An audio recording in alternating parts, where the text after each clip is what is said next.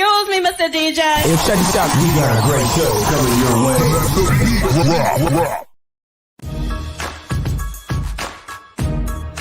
From the ECSI Sports Studios, it's the Midday Market Report with Jeff Dawson.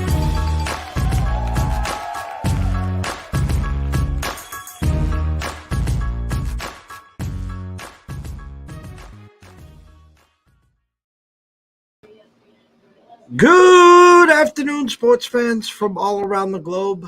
I am your host, Jeff Dawson, East Coast Sports Investors, and this is your Midday Market Report for Wednesday, December 7th, 2022, our weekly trip across the border to our good friend and colleague, Mr. Andrew McInnis, where we will be talking some NHL, some pucks, some props, maybe some MNFL. I don't know. We'll see where we want to go with this one. And Andrew will get a chuckle out of this as we were talking about a game behind the scenes in the studio. Andrew, I think my headphones and microphone are bugged because it just dropped 5 cents. So they're listening. They're listening behind the scenes. But without further ado, let's bring him on, the one and only Mr. Andrew McInnis. Hello. What is up, Andrew? I look forward to this show every week, and I look forward to opening up the odds page and just diving in. And it's like that scene from The Hangover where he's playing blackjack and the numbers are just everywhere. That's how I feel when I come on here with you. We try and dive into these team totals. And usually I end up leaving the show with you with more wagers than I came on here with. So that's hopefully we'll try and do that again and find some winning bets. Another week since we've met. For the ECSI VIPs, we continue the heater, 3-0 this week. Last night in hockey, we had the Kings team total over. No, actually, I'm sorry, the Kings to win outright plus 102. It's nice to get out to an early 2-0 lead, 2-1, and then, a couple goals in the second, make it 4-1. Those make it a lot easier. But we've had success, obviously, as you would know, with the team totals. Currently on a 20-5 heater. Headlined on Monday where the Bruins basically lost for the first time. And we had hinted back and forth. In comes Cassidy. The Bruins 14-0. And of all the teams to lose to, this would have been it, and we found a good spot for them on their team total over 2.5. They got too early, got the second one to start the second period, the third one to start the second period, and then it said sprinkle a little something on the plus 161. And I did at 4:30 talk about to my buddy Scott. I smelled 3-3 overtime, and sure enough, 3-3 overtime and shootout. But how goes it, my brother? I'll tell you what, you have to start betting these overtime props. That's like me when I say these exact score props on some shows I do and they hit. You got to take some of these overtime props. You have a good feel for those. Things are pretty good. I think things are starting to it took longer than I would have liked, but I think, my handicapping is at its best when, teams are traveling around, when they're starting to turn into the shape of the form that I think they should have been already. And so it's really helped my season turn around. Just based on, a lot of my opinions either being finally coming true of what I thought these teams were going to be, or I've just changed my opinion and my views on some teams, and that's really helped me make some money, whether a team is an over team, an under team, or just better on the road, at home, and stuff like that. So I feel like this is the time of the NHL season where you're done, assuming things about an NHL team, right? What you're seeing is what you're getting. You don't want to guess anymore, think this team will start playing better or think this team will play worse. I mean, of course, you can project a good schedule or you can say a team might regress. But at the point we're in right now in the NHL, I'm looking to bet on teams that are playing well, bet against some of these teams that are struggling a little bit. And, Jeff, how much of a streaky league is the NHL? We see it, in all kinds of other sports, but the NHL might be the biggest league for it. Whether it's players or teams or, defensemen playing very well. It's unbelievable. The St. Louis Blues, they lose a bunch of games, win a bunch of games, lose games, and then they win a big one yesterday. So it's crazy how some of these teams operate, and it's all about really just finding the right streaks. So that's what I'm trying to do, and I'll tell you what, I think I might have found a little bit of a good team total for us to start riding. My Montreal Canadiens as underdogs, they keep cashing their team total. TJ, good afternoon. He was listening when you were on last week, and we had that great debate on the 4-1. I had the team total over on the Isles. We did. It says it smells like a 4-1, and you talked about playing both 4-1s, and you can tell TJ yourself what actually you did do. Well, I played 4-2 on both, and then I played 4-1 Islanders, and I'm pretty sure Nashville won 4-1. So the only one I didn't play hit, of course. And that's just the way it goes. But when you're betting those, it's obviously great odds. But when you start playing, 4 or 5 of them, then it takes away the profit if you do win, right? So I can't bet every score line, but that was frustrating. I bet 4-1 Islanders, 4-2 for both teams, and it lands on 4-1. So that's frustrating. You talk about teams preseason. And the one number that kind of looked out of whack to me, and boy, did they start out horrendous. They were a sieve. They couldn't hold the lead. Now, all of a sudden, catching some momentum and some fire here, it's the Wild. They have now started to put a few games together. Defensively have been better. Now they travel to Calgary tonight. Again, I'm not looking at them as an outright winner. 2.5 on the team total over 145, which is that tough number for me. If I asked you Calgary 3.5 under 135 or 3.5 over plus 115, where would your head be? Well, I think I like them and their home spot. I think I want to bet on Calgary. If you look at their schedule coming up here, it's pretty good. I found a stat. Well, actually, I got to give credit. Dave Koken sent me this earlier today. Road dogs scoring 5 or more 3 straight games. The following game, well, they're 0-1 this season and 2-15 the last 5 years. So road dogs pretty much playing pretty well recently, and then going ahead here in Calgary and going on the road.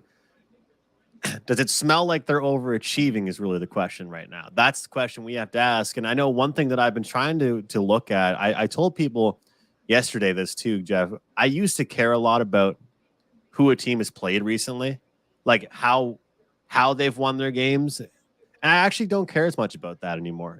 If you beat Arizona and you beat Anaheim, but you put up 4 or 5 goals against them, good for you, right? The old Andrew would have said, that doesn't matter because they beat teams that suck. But if they still won, you can't control who you're playing. You went out there and played a good game.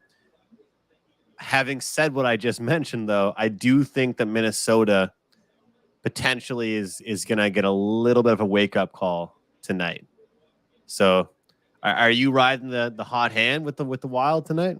No, I wasn't riding the hot hand. I did see that they, when we were going at the preseason, what numbers looked out of place when we were talking about futures before the first game started.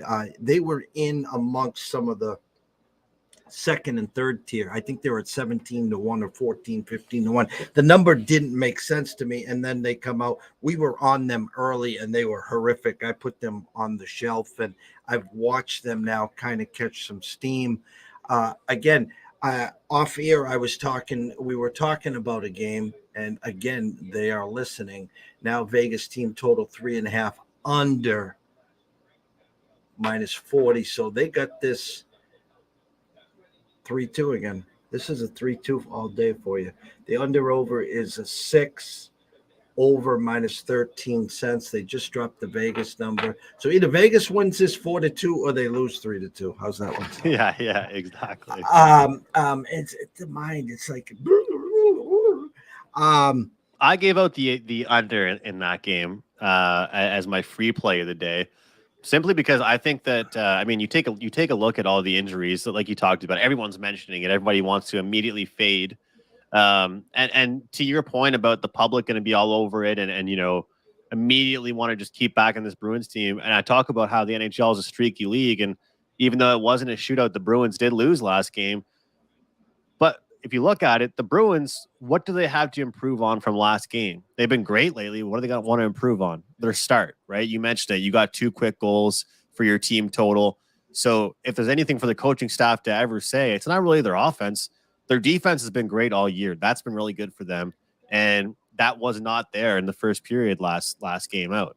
Then you take a look at, Colorado. The last time they played the Bees, they allowed 5 goals. So if I'm a coach, and it's same thing in any sport, really. When I used to coach volleyball and my good players were injured or couldn't play, we would simplify things. I know that you can't do what that guy usually does. I'm not asking you to try and do what he usually does. I'm asking you to play simple, right? And that's what I think Colorado's coaching staff will say, is that we need to protect the puck, play well defensively. And the best, way for them to win the game is not trying to play first to 4 wins. Is, win the game 2-1, 3-1. And I don't think anybody expects it to be that kind of game. So maybe we'll play some exact score props, exact score 3-2 for both teams in this one. Because I think under 6 is a pretty sharp play. I do too. 1, 2, 3, 4, 5, 6, 7 games on the board, Andrew. And it's kind of nice to see, other than the Oilers and Coyotes, the Bruins are at 170, obviously, but the line's 145s, 130s, 155. You can get into most of these games, other than the Edmonton game. For the most part, you can do team totals and props or whatever it is. But what are you seeing so far today? Well, I wanted to ask you, does it not feel like this is the game that Arizona finally gets destroyed by somebody? Does it just not feel like that?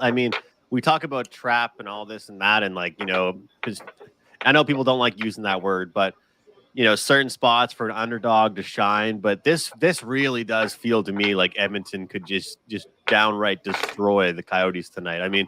This is the last game of their road trip. I think it might be. I could be wrong. I think it's been 12 straight road games for them.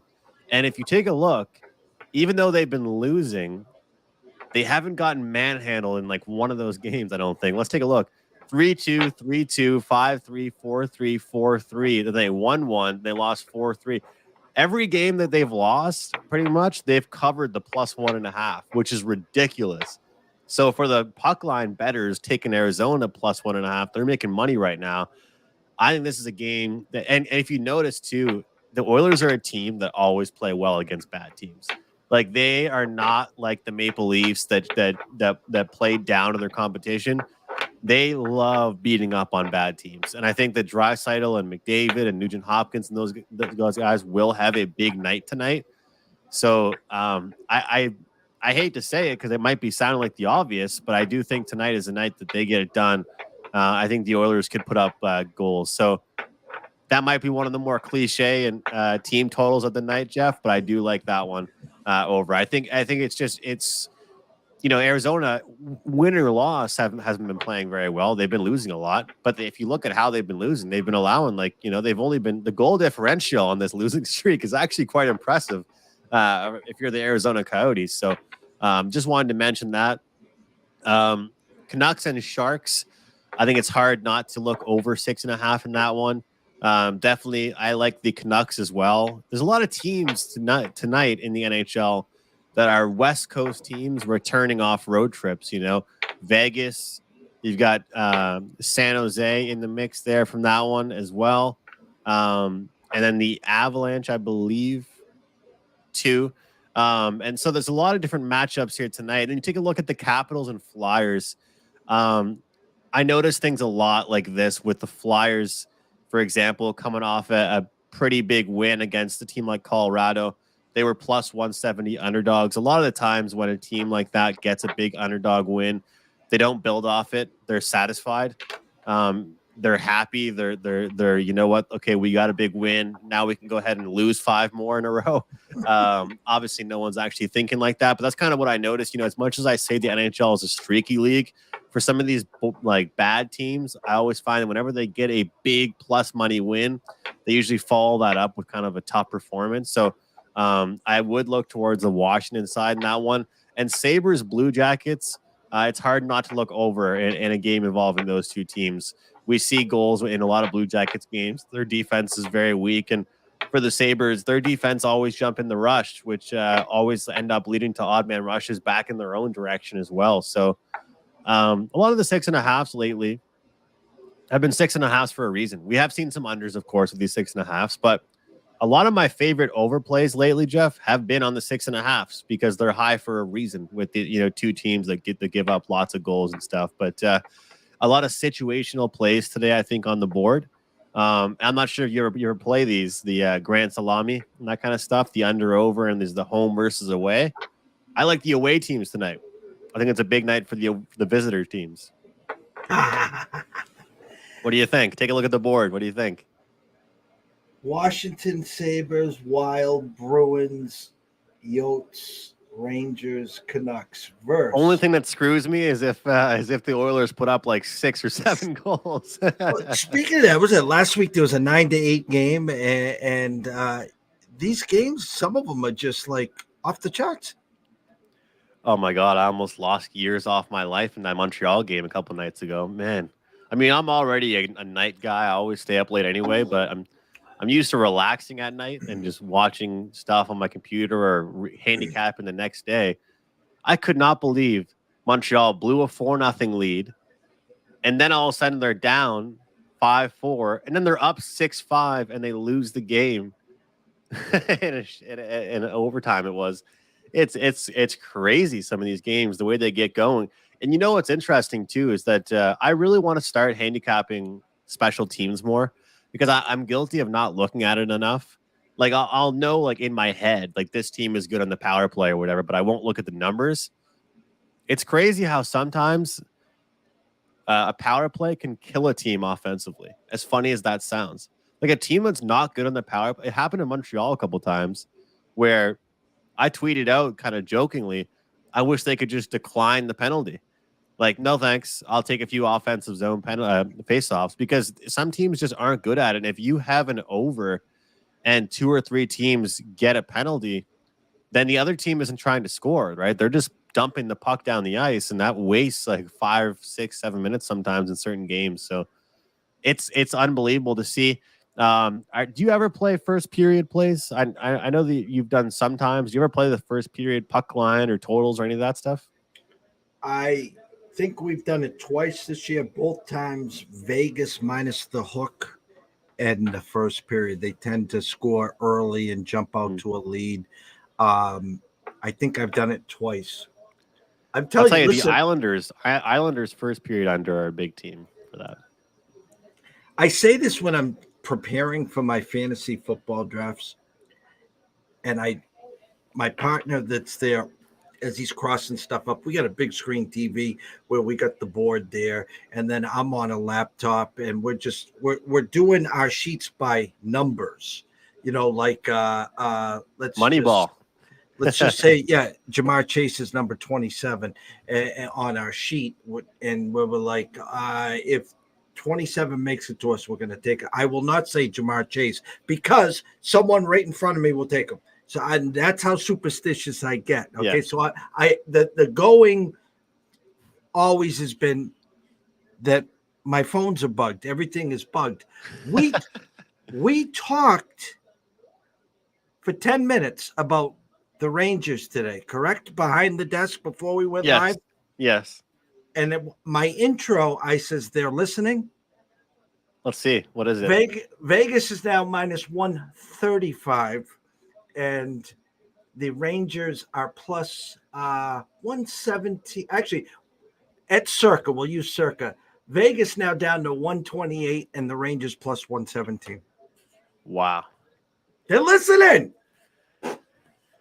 This is why I don't like talking about it too much. We got to just punch it in. Actually, I'm already in. I already am in. So it's nice to come into the show. I already did lock these things in early. It's crazy.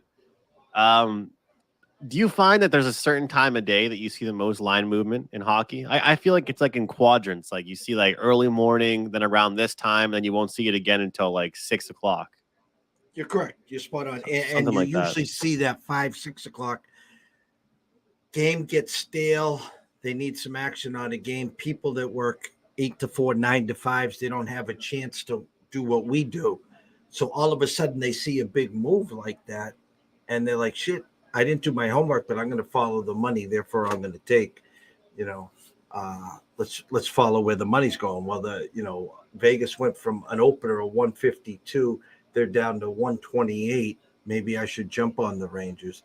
And meanwhile, we've been talking about them for 10, 15 minutes now, and they're back there moving lines. And you talked about the power play, and you got our Sunday action parlay, and you talk about frustration. Our dog of the day in football was the Bengals plus 3.5. Had them on the money line as well. We had Stanford plus 5.5. They lose by 4. We had the over 6.5. Red Wings in Columbus, and 4-2 late in the third period. Not one but two power plays, late, and then the empty netter, and we get hooked. And it cost us like a 580 and a 780 on a parlay. But as you talked about the frustration, I didn't want to see that power play because the other team's just going to dump it. You know what? I hate that. Yeah.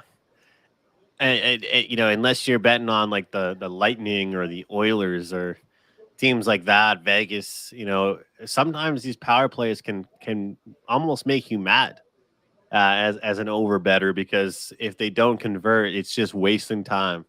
You're just wasting good time. But as far as a team total better, though, it's nice when you get those, because obviously then you're just isolating your one team overall. Jeff, I look at these goaltenders for today, and you look at some goaltenders that are looking for revenge, looking to start kind of get things going again. You've got Shesterkin, obviously. Spencer Martin is off a really bad performance. He got yanked against the Canadians. And then Stuart Skinner had a rough patch of a couple bad games. I think it's a couple of goaltenders that are all looking to get going, all looking to build confidence, and kind of a good day to do so. And then you take a look at the goaltenders for the Buffalo and Columbus game, and the numbers just are really bad for those guys.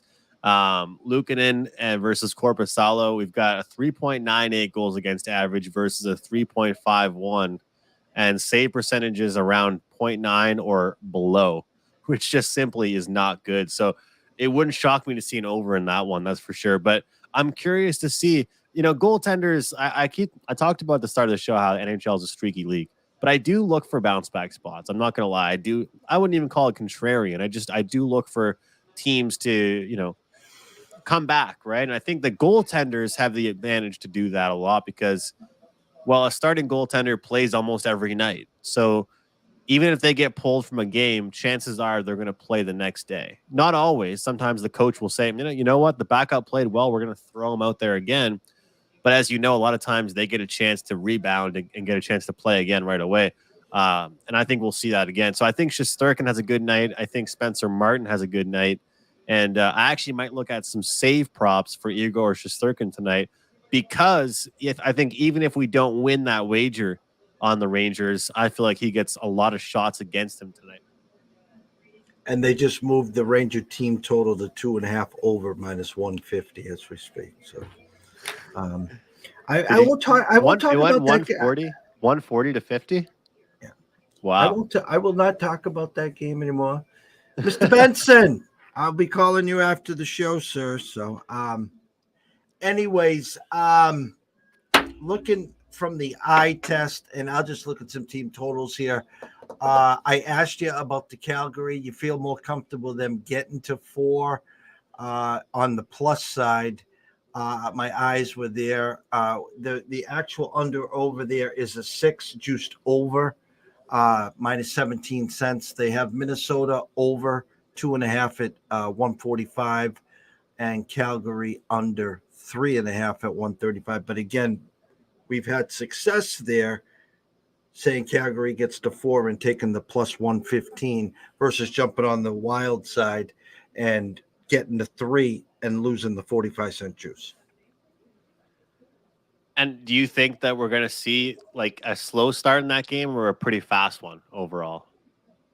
I think the Wild games continue to play out the way they've been playing. I think you're going to see a crooked number by the Flames in the first period. Okay. I do. So maybe a slow start from them. Or you think they're going to have a good start? No, they're going to have a good start. Oh, okay. I could see a 2-0 after one start. I could see them putting up a couple goals early. I agree. I think that Minnesota's allowing goals as well. As much as they're scoring goals themselves, they're a team. And you know what? They put Marc-Andre Fleury in a lot of tricky situations. People don't talk about him enough. How many people do you hear mentioning his name anymore or on Twitter? Never. How many games it's crazy how a goaltender with a high GAA or save percentage, people will never account for how sloppy the team's defense is. Look what happened to Frederik Andersen when he left the Maple Leafs. The guy turned into a great goaltender all of a sudden, right? Mm-hmm. Sometimes when you leave a bad team or when you're, playing on a bad team defensively, you don't really get, imagine if Carey Price ever played for a solid hockey team and had, do you know how many 40 goal scorers have ever played on Carey Price's team? One. Who was that? I can't remember actually, but I do know that it's one. I was trying to think who you had one. I think it's one. Goal scorer. I can't even remember. But that point, I know that because I was using it the other day to pretty much talk to someone about like how goaltending numbers a lot of times they get tossed aside because of a certain team and how they perform. Like it's crazy to think. Like imagine if Carey Price had that Tampa Bay roster. Vasilevsky's a great goaltender, but his team is awesome. Yeah, they're deep as anything can be. So you put Marc-Andre Fleury on a team like the New York Islanders, and maybe he has numbers like Sorokin. I'm not trying to make excuses for anybody, but you see where I'm going with that. 100%. Looking, I don't have your Thursday. It's kind of funny. We usually don't get this many games on a Wednesday, and Thursday there's only 5 games. If you were peeking ahead, was there anything on Thursday that you saw, or you haven't got that far yet? I haven't gotten that far to Thursday yet. I'm excited. I've got a big play up at Wager Talk actually for tonight's games. Shameless plug, but yeah, I've got a promo code for it. Andrew 10 will take $10 off.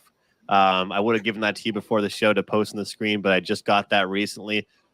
Confirmed it was having some issues, I think, but Andrew 10 to get $10 off my play of the night. NFL though, it's hard not to argue some props in that game on Thursday night. I don't know if I want to play the side, but I think Devontae Adams is going to keep on rolling in for a big night. Receiving yards seems to be a pretty good one, and I don't really mind going away from it, even though it's a pretty big number. What are your thoughts on the Thursday nighter tonight or this week? Good question. Give me 1 second. Also, I just gotta say this. I hope Baker Mayfield breaks the record for interceptions when he plays for the Rams. I'm a Baker hater. I just I'm sorry, but like his attitude, it's so funny when these quarterbacks come in the league with attitude and then they get humbled so quickly. And it's just hilarious that he went to the Panthers and did nothing. I mean, the guy can't even see over his lineman. How's he going to make a pass? Yeah, he's basically the Rams had waved the white flag already. They got their world championship. At least they got someone as a backup or whatever he does. He's playing. He'll be definitely out there next year shopping around trying to get a free contract or something. Or he might end up in your neck of the woods. You could use a Baker Mayfield up there. Yeah. There's no room for Baker Mayfield up there? In the CFL or in Green Bay? CFL. Yeah, I actually think he'd fit right in the CFL. He'd be good. It's not like he's the most mobile quarterback, but he's able to throw outside the pocket. He's like Johnny Manziel, man. He's got too much of an ego. He wouldn't play in the CFL. Manziel, I wish there was somebody posted an under-over for him, how long he would last in the CFL. Because what's crazy is that in the CFL, Johnny Manziel, I think it was Montreal made a trade with Hamilton, and Hamilton traded away a bunch of assets, and then Manziel just left the league. So I don't really know how that makes sense because, like, you trade away all kinds of key pieces and first round picks and this round pick, and then all of a sudden your quarterback leaves. But I'll tell you what, a lot of players that have made the switch from the NFL to the CFL haven't had the success that everybody thinks they might. It's a running joke, obviously. This guy couldn't play in the CFL. This guy couldn't play there. It's a different game than and you've watched it. It's a different type of football. I love it. I'm hooked. It's entertaining. You won't go to a game that you leave bored. That's for sure. I can't wait for our third year of the CFL. I'm starting to get pretty damn good over there. You are. I like it. Did have the championship. Getting back to that game. Yeah, the scary thing was a 3.5 corrected number to 6. Raiders 6-point favorites. They were dead. And then they get 2 walk-offs in overtime. Then they win last week. They're back to life. They got the Patriots next Sunday, who they were supposed to be the primetime game. They got flexed out for the Commanders and the Giants. I think the Raiders find a way. Vegas has got this one at 24-17 Raiders. I don't know if the Rams can even – actually, it's not even 24-17.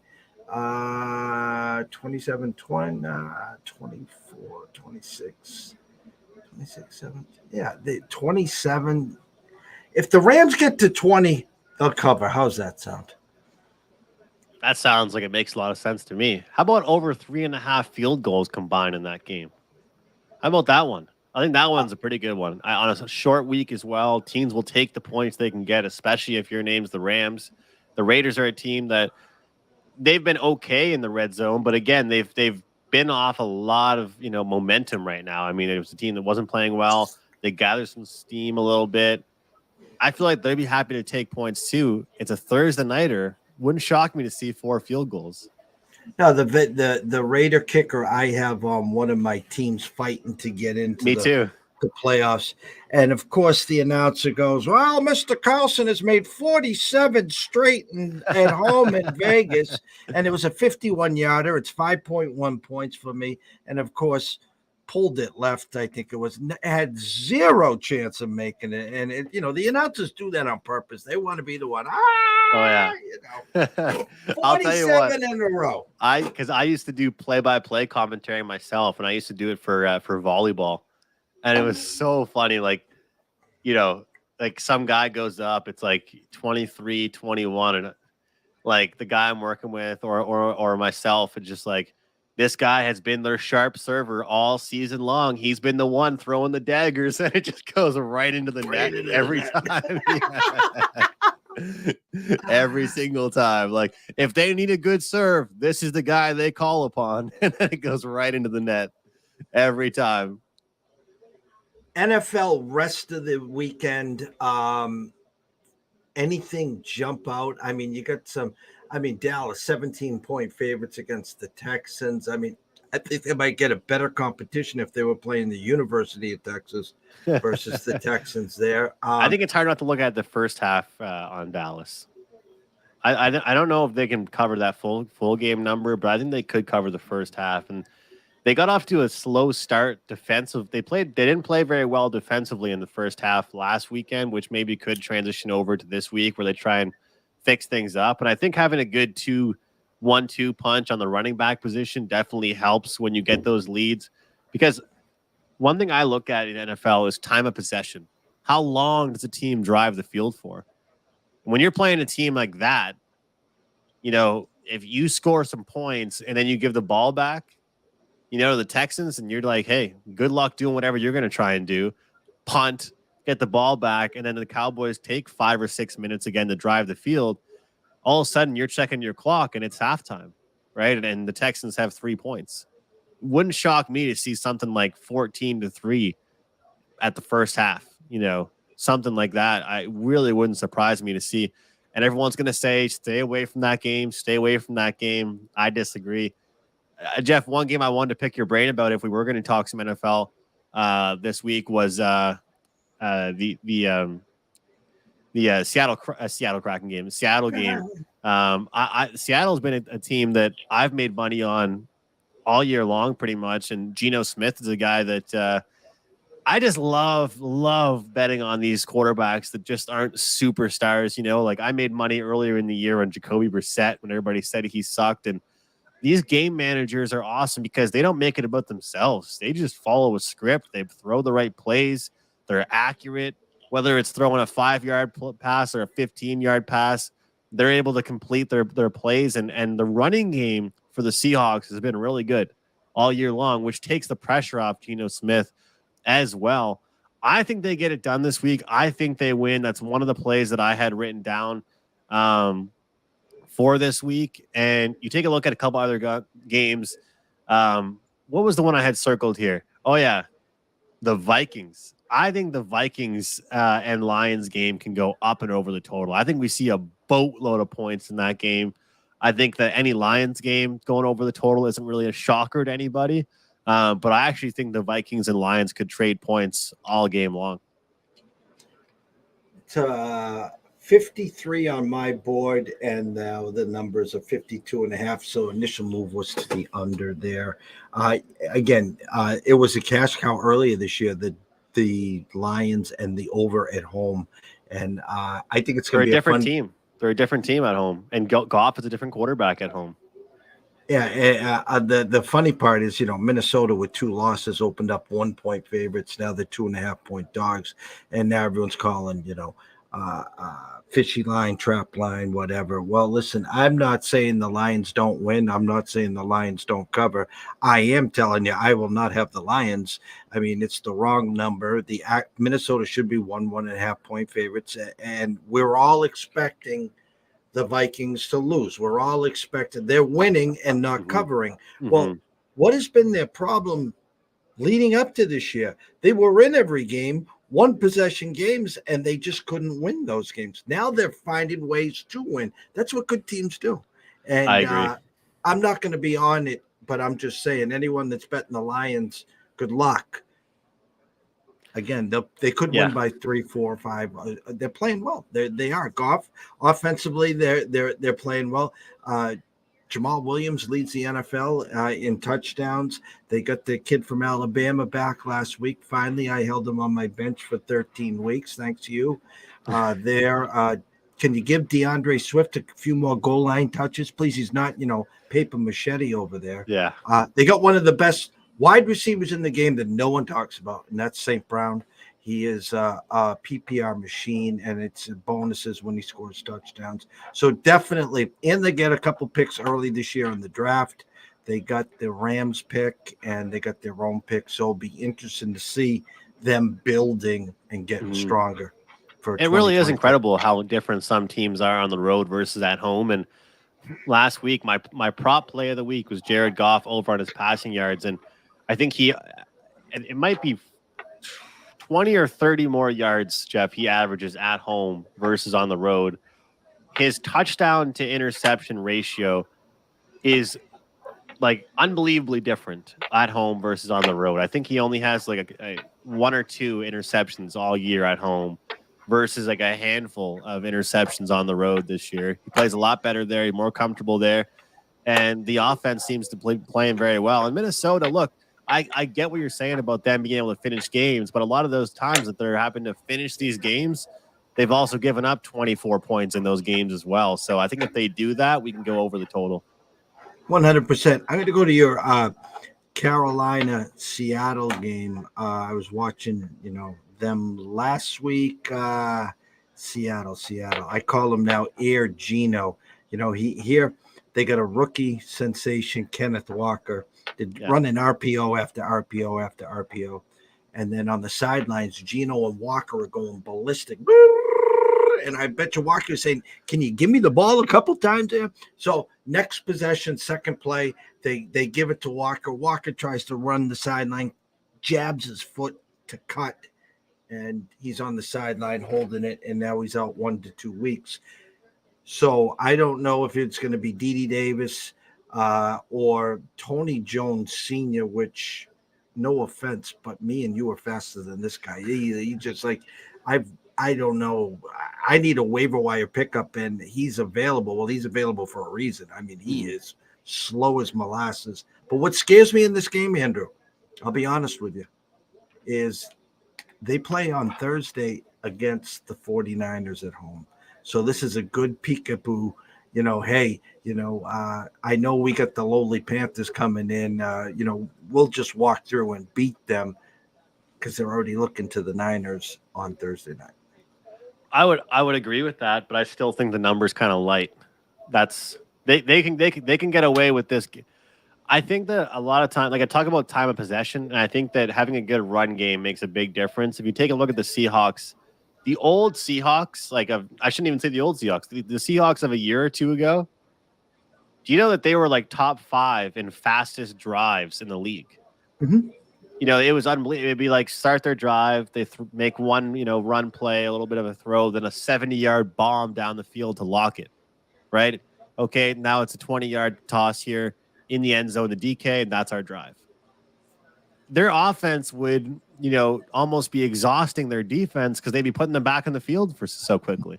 But now it's different. They run the ball a lot more. They take more time on the ground, and I'm just hoping, Jeff, that can make a difference. I don't trust anybody that plays quarterback for the Carolina Panthers. Anybody could put their uniform on, and all of a sudden they would turn into a horrible QB. I mean, whoever plays behind center for them just can't throw the ball. They play a boring style. When they go deep, it rarely works, and I find that they get very frustrated. Like the Panthers, the second that they go down by even like a touchdown, they go away from their game plan. They seem to get frustrated. It's a team I want my money against. That's for sure. But I got to say, Jeff, honestly, I got to stick to more props because for some reason I'm trying to force these bets on sides and totals where my bets have been the props this year. And it's because I haven't been betting like 20 of them each week. It's been like 3 to 5 props each week. And yet I'm still betting more money on sides. I don't know I got to have a talk to myself in the mirror saying the money spends the same, Andrew, because I'm still betting more on these sides when the props I'm doing better at. So it's frustrating that way. Ask the ECSI VIPs. I give out probably 15, 18 plays, if that a week. I mean, last week, I think we only had 11 plays, but usually around 13, 15, 17. And there's probably 4 or 5 of them that's a side. The rest of them are totals, team totals. Yeah. And it's just, again, the less pick carcass. In other words, it's not as sharp. I'm not saying it's not as sharp, but I'm finding more value and angles on some of these numbers that I'm seeing. We had that the other game last night, over 154.5 Toledo and Northern Iowa. It landed on 158. My sheet had 158.5. And so when I looked at Ken Palm and cross-referenced, I think they had 156 or 157 total. And so, it was only a 4 or 5 point middle, but that's 4 or 5 points to our side. I'm going to give out a total tonight to the VIPs. I'm not going to release the name, and I'm going to be very, very nervous of it because I haven't played any of these guys' games yet this year. So you guys that know me should know what I'm talking about. I have a 147 on this game. Ken Palm has this landing at 150, and we're going to get the over of 143. And so I got myself basically on my sheet with a 4-point difference, and cross-referencing with Ken Palm is a 7-point difference. So going to take a swing there. So we said this the last couple of weeks. I'll say it again to everyone listening. Whatever's working, stick with it. That's all. Yeah, you're right. And sometimes you got to tell yourself that. For some reason, I'm just like, you fall into the mindset still that you have to be able to do certain things where it just, when I'm paying my rent, when I'm paying my bills, they don't ask me how I made it, like when I'm withdrawing from my betting apps, they don't say, okay, well, did you bet on sides? And I got to remember that always. 100% is very true. And you take a look at some of these sides, to be honest with you, Jeff, every single Sunday, I put aside a certain amount of my bankroll and I say, this is for halftime wagers. because there's always going to be bets that I make at halftime that I'm like, man, why do I even bet pregame in the NFL? Because whether it's a plus or a minus, it always seems to be, yeah, I think this favorite can come back, or you know what, this team is down too much. They're plus 10.5. They're going to cover that. It's crazy how it works out. And with the NFL, sometimes you bang your head against the wall. Why am I even betting pregame? Like these teams that go down, they might not keep these leads, or if a total starts off like. I'm betting more in-game unders right now in the NFL than I ever have. If I see a lot of games get in the 50s, I'm trying to convince myself why I shouldn't bet the in-game under. Right now, it's been pretty profitable doing that. I agree. I have really sharpened the knife, and the carrot juice is working. These are just for show right here. The eyes have been pretty damn sharp. Just again, live betting is great, TJ. I do understand that part of it. I just do. I can give you a lot of bad war stories on this. Some people get in too deep, and next thing you know, you get caught up in that. I know a lot of people, especially in like football. I'll use an example of. Let me just go to a football game here for you, so I can give you a perfect example. On Sunday, right here, Eagles Giants. Eagles favored by 7. Well, people that like the Eagles don't want to lay the 7, so they'll just sit and wait, hope the Giants get out 7-0. So then you can go back and get the Eagles minus 1.5 or 2 or something like that. So there are spots. You have to have your shit together. That's all. That's all I'm going to say. Yeah. I'm not even saying you have to have a plan on what you want to, but you have to have a plan of how much you're willing to bet, what you're going to target. And I think the biggest thing is when you're going to bet them. Like, are you someone that's ready to lock and load in like 4 minutes into the first quarter? You want to bet this team after they go down, like you just said? Or are you someone, because I've told myself my new thing, Jeff, is pretty much halftime, because I have some time to think. Obviously every game is kind of quieted down. There's either games closing or they've been on halftime already. And I get a chance to look at the board, very similar to what you and I do every Wednesday together. I've just learned that it's better that way than making oh shit, I got to run to my computer. I got to open my app. I got to make sure I bet the Ravens. And then they just lose the game outright, right? I think it's way better to, like even with hockey, I'm a lot more of an intermission better now. Why am I jumping in at, 10 minutes into the first period or, 5 minutes left in the second period when I can make a bet at the intermission? It just seems like a better idea for me. And you make sure you have that clear head.